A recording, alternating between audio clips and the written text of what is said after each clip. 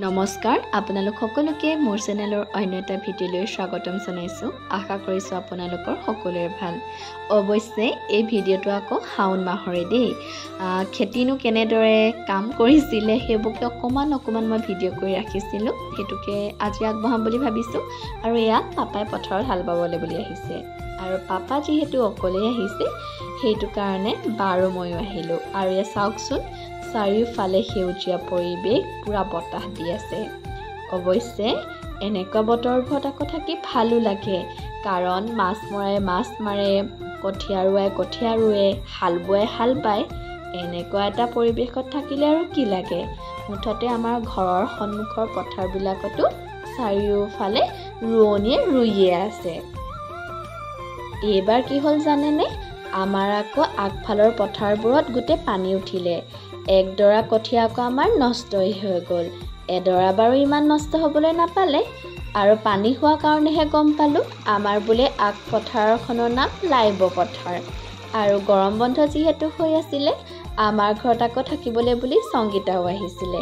তাইক লৈ মই বাহিৰে বজাৰ কৰিবলৈ বুলি গ'লোঁ। আৰু এয়া ৰোৱনী দাদাকেইজন আকৌ আহিলেই নহয় আমাৰ ঘৰলৈ, সেইকাৰণে মই ইয়াক খোৱা যোগাৰ কৰিছোঁ। প্ৰথম দিনাখন যিহেতু আহিছে, আৰু তাতে আকৌ বৰষুণো দি আছিলে, সেয়েহে আকৌ আমি সেইদিনাখন ব্ৰইলাৰ মাংসকে খুৱাই দিলোঁ।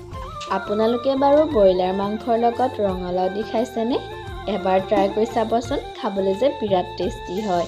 ইয়াৰ প্ৰথমতে মই মিঠাতেল দিলোঁ, তাতে খুন্দি থোৱা বিলাহী, নহৰু, আদা সকলো দি মছলাবোৰ দি দিলোঁ।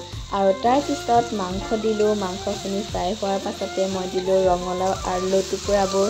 তাৰপিছতে ভাজি অকণমান হৈ যোৱাত মই তাত পানী দি দিলোঁ, আৰু পানী হৈ যোৱাৰ পাছত আমাৰ মাংস ৰেডি হৈ গ'ল। যিহেতু এইবাৰ খেতিৰ কেইদিনত বহুত বৰষুণ দি আছিলে, আৰু এয়া পাছবেলালৈ বুলি দাদাহঁতে কঠীয়াকে তুলিলে। আগবেলা যিহেতু কাম নহ'লেই, আৰু দেখিছেনে কঠীয়াতলিত কিমান একাঠু পানী হৈছে। আৰু এয়া কাম মামায়ে পৰিদৰ্শন কৰি আছে। আৰু এয়া পাছদিনাখন পথাৰলৈ বুলি ভাত দিবলৈ বুলি স্কুটি লৈ গ'লোঁ। পথাৰলৈকে একদম স্কুটি চলাই আহিলোঁ। আৰু এয়া চাৰিওফালে চাওকচোন, গোটেই সেউজীয়া একদম ধাননি পথাৰে ভৰি আছে। এই পৰিৱেশটো সঁচাকৈ মোৰ বিৰাট বেছি ভাল লাগে। ভালটো লাগিবই, কাৰণ এই সেউজীয়াখিনিৰ পৰাইতো আমি সপোন দেখিবলৈ পাওঁ। অৱশ্যে অলপ বৰষুণো দি আছিলে, আৰু দাদাহঁতক ভাত খাবলৈ মাতি ময়ো অকণমান ৰুই চালোঁ। ৰুব বাৰু পাৰিছোঁনে কমেণ্ট কৰি জনাবচোন দেই।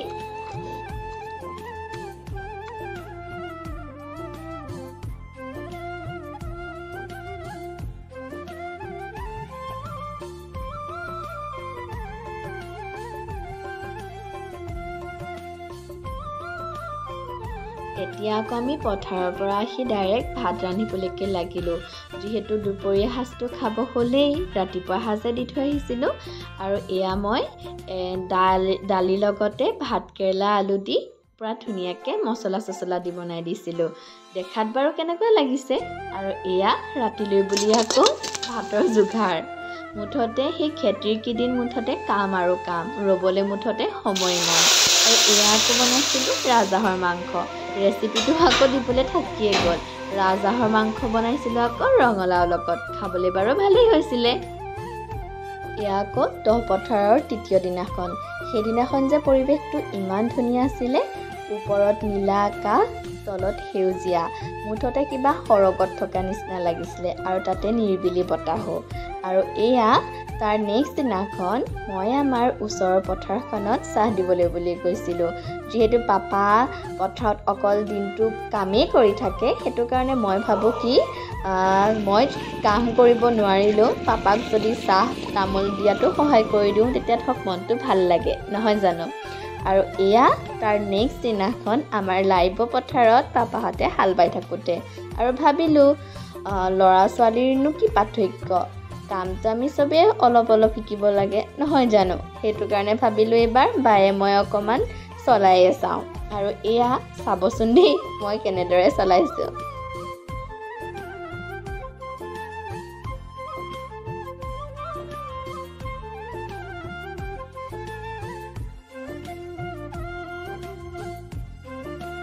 আৰু আজি আকৌ ওলাইছোঁ মই বৰজানৰ পথাৰলৈ। বৰজানৰ পথাৰত ৰুয়ে আছিলে, কিন্তু বৰজান মানে বহুত দ পথাৰ, পানী আকৌ এককাল হয়, সেয়েহেতু যাব পৰা নাছিলোৱেই। কিন্তু আজি আমাৰ আকৌ বাম পথাৰবিলাকত ৰুই আছে আৰু খেতিও উঠা, সেইটো কাৰণে পাপাৰ লগত ভাত দিবলৈ আহিলোঁ। কাৰণ প্ৰচণ্ড গৰম পৰিছিলে সেইদিনাখন, আৰু ইয়াতে একেই পৰিৱেশ, চাৰিওফালে সেউজীয়া নিৰিবিলি বতাহ। সঁচাকৈ খেতিৰ দিনকেইটা যে একদম বৰ মধুৰ সময়। আগতে যে সৰুতে দিনটো পাপাৰ লগত পথাৰতে আছিলোঁ, মাছ ধৰিছিলোঁ। মুঠতে পাপাই যিটো কাম কৰিছিলে ময়ো সেইটো কামতে হাত আগবঢ়াইছিলোঁ। সৰুতেতো গৰম বন্ধত মই পথাৰতে কটাইছিলোঁ।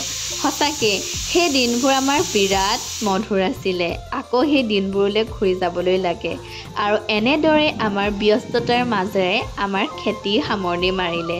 যিহেতু ৰোৱনী দাদাকেইজন আমাৰ ঘৰত প্ৰায় 13-14 দিনমানেই থাকিলে, আৰু তেখেতলোকৰ কাৰণে হয়তো আমাৰ খেতিও সোনকালে উঠিলে, আৰু সেয়েহে খেতি উঠা বুলি আকৌ ৰাতিলৈ তেওঁলোকৰ বাবে খানাও বনোৱা হ'ল।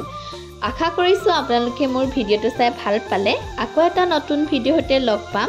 আজিলৈ বাই।